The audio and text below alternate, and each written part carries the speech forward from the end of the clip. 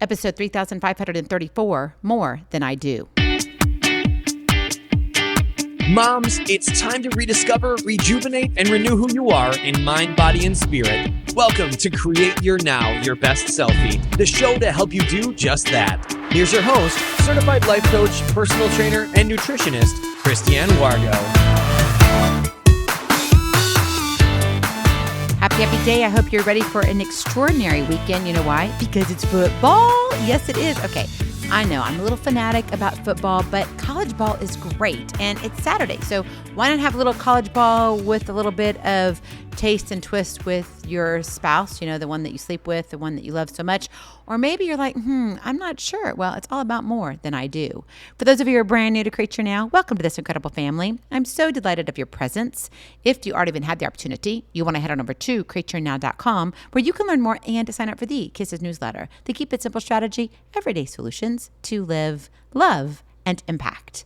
Well, this episode is brought to you by AIM, Inspiring Connection and Community.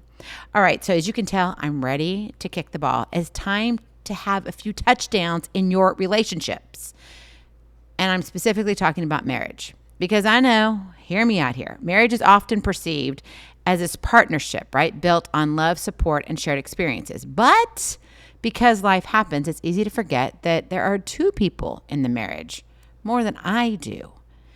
Yet, as we sit here in the whirlwind of our daily responsibilities and routines, it's easy for us to fall into this trap of assuming that taking care of one's spouse means taking charge of every situation. Listen to that for a minute. Let that sink in. Because I know a lot of us go from the point of, I'm doing this to help, when really maybe we aren't doing it to help. We think we are, but in retrospect, if we were to ask our spouse would be like, okay, I know you want to help, but just give me an extra 10 seconds or an extra 2 minutes. Maybe you're faster than me, but I want to be able to participate. And the person who believes they are looking out for their partner by constantly stepping in may unknowingly be creating barriers to true unity and connection in the relationship. It's not that you are really trying to do this. You think you're actually helping, but it is hindering your relationship with your spouse and hindering their own growth. So where are you on this? Does it hit a little too close to home? Maybe you haven't given it any thought. Okay, that's not a problem, right? It's all right. But today, let's pay attention to what this brings up for you. What resonates with you? What says, oh man, maybe that is me? If you have a question mark in your head, that's a good indication that you need to go a little bit deeper in that area. You know, the struggle lies in the misguided notion that one's actions, decisions, and interventions are solely for the benefit of their spouse, without considering the importance of collaboration and shared decision-making. Now, as a mom, we are naturally nurturers, okay? That's fabulous. That's the way God created us. It's fabulous. But I do believe we can overstep our bounds. Why? We're too fast to act. And so when dad comes in the room and he's wanting to help and he wants to help, but you are too quick, which is not a bad thing, but it is a bad thing when you've got your spouse who says, I want to be a part of this, but you're not letting me. You're finishing my sentences for me. In fact, you're starting the paragraph. In fact, you're writing the whole day's dissertation. Whoa, time out. By always assuming the role of the caretaker or the problem solver, maybe that's you. And if you're that person, you are inadvertently robbing your partner of the opportunity to contribute, to take the initiative, and feel valued as an equal participant in marriage, in your home, in your family. And in this dynamic, the relationship becomes skewed with one partner shouldering the burden of responsibility while the other is relegated to a passive role. Now, honestly, I don't think we really have those thoughts. Oh, I'm not doing this just so I can put you in your place. I don't think we act that way, honestly.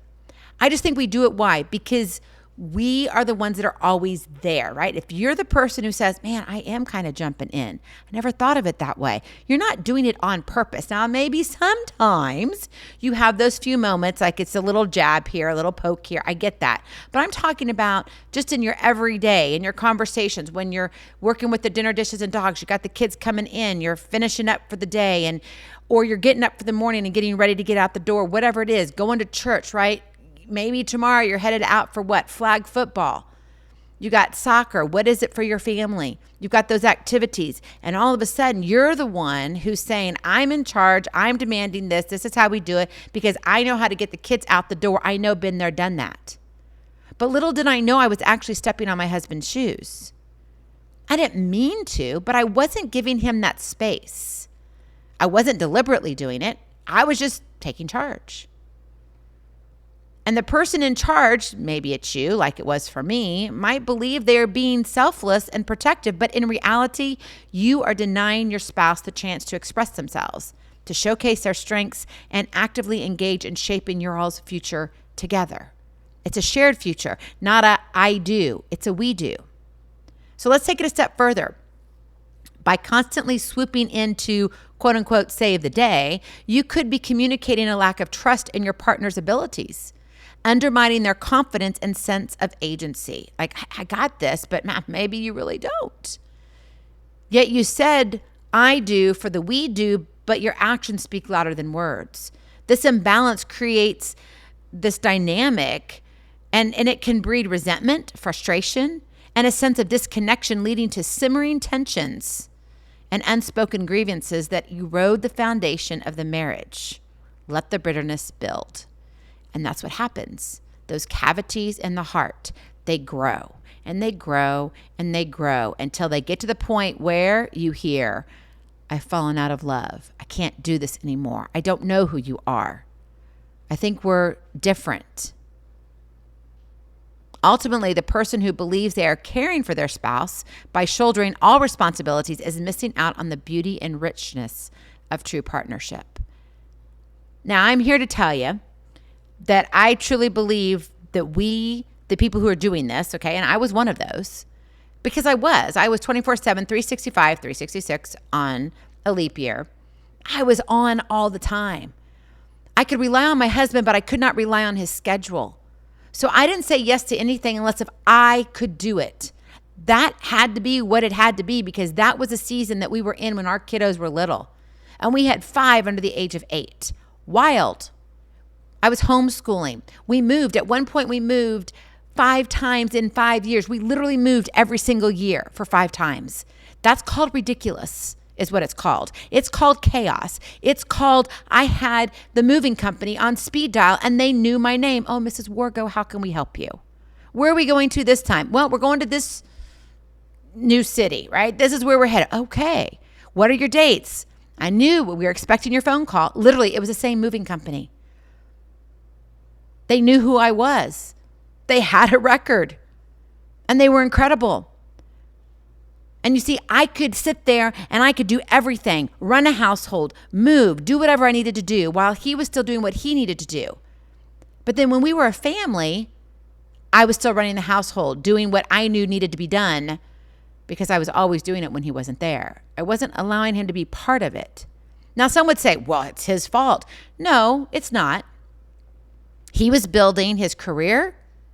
He was building his practice. He was doing things that he had to do in order to support the family. It was his dream, of which I supported 1,000%. But you see, when we came together, it wasn't like we came together. It was all about me. And I didn't want it about the I do. I wanted it the we do. And I thought it was the we do, but it really was the I do, which became I've fallen out of love do. Not a great position to be in. So where are you in this? Because I'm here to tell you that a healthy marriage thrives on mutual respect, reciprocity, and shared decision-making, where both of you are empowered to contribute your unique perspectives, your unique strengths, and voices to the marriage. Right? That's the we.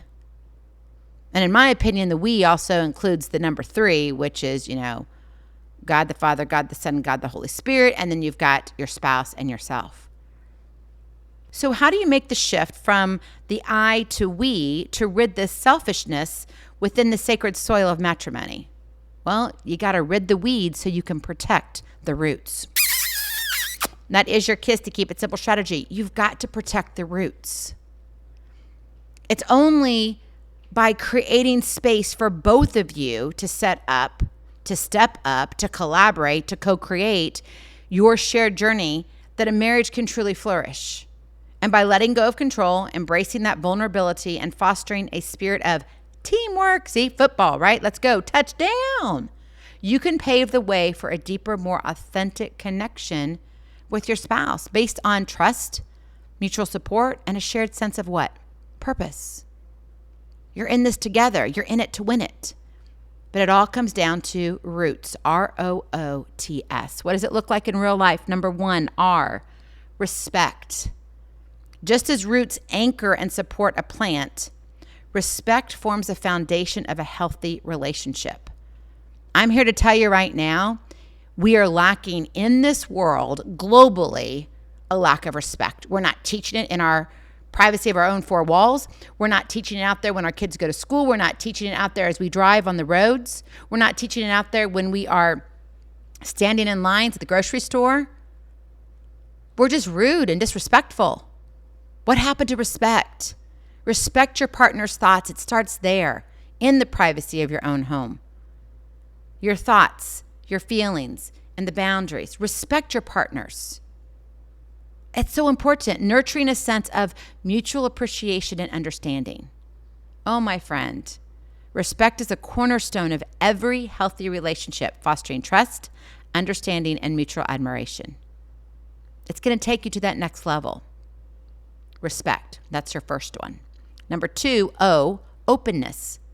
Cultivate openness in your relationship, allowing emotions, communication, and vulnerability to flow freely like water nourishing the roots, right? We had this wild, crazy Hurricane Helene, and she came in like a force to be reckoned with, Category 4 hurricane. Unfortunately, there's been some devastation. Lives have been lost. And I ask that you join with me and our family in praying for those families who have been devastated by this horrific hurricane. We can't control the weather, but we know who's in control. But when you look at all the water that came down, think about all the roots that have been nourished, right? This isn't just turning on your sprinkler system. This is like the good water, right? That's what we're looking for. That's what you want in your openness. You want the good water. That's what's going to build up your foundation in your marriage. Be receptive to your partner's needs and perspectives. Fostering an environment of trust and transparency, right? When you're looking at the roots, if you don't know and you can't trust your partner, you're going to be in a bit of a mess. There's going to be some major erosion that's going to happen. And you think I've fallen out of love is going to be a problem. You're going to have a lot of other problems. In the garden of love, openness is a sunlight that nourishes growth, vulnerability, and authentic connection. So you've got respect, openness. Number 3, the next O, is observation. Practice active listening and observation, like the leaves of a plant absorbing sunlight for growth. Pay attention to verbal and nonverbal cues, right? Look at the whole picture, not just the dot on the page. Empathetically tuning into your partner's emotions and experiences. A lot of times we're just sitting here going, well, you're just going through the day. No big deal. You just got fire after fire you're putting out, man. You're telling the kids to stop fighting. You're trying to get the dinner on. You're talking and taking care of, the dogs, and you're talking to neighbors, whatever it is, right? You've got this huge craziness in your household. I get it. I understand. But if you're not listening to the one you're sleeping with, and you're not observing them, how do you know them? Through attentive observation, we hear not only the words spoken, but the emotions left unsaid, creating a deeper bond in our relationships. When you have that observation, it's the silent heartbeat. Number 4, T, time. Just as a plant needs time to grow and flourish, relationships require patience, effort, and dedication. So invest time in your partnership, in this marriage, in this coveted relationship, the sacred bond that you have that you said, yes, I do, till death do us part, allowing it to deepen and strengthen over time like roots growing deeper into the ground. Time is a silent gardener of love, tending to the roots of our relationship, allowing it to grow stronger with each passing moment.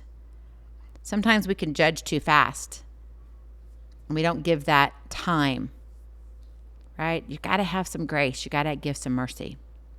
And finally, number 5, S, support. Offer support to your partner like a trellis supporting a climbing vine. Create that space for them to flourish, to grow and thrive, while also seeking support and collaboration in return, right?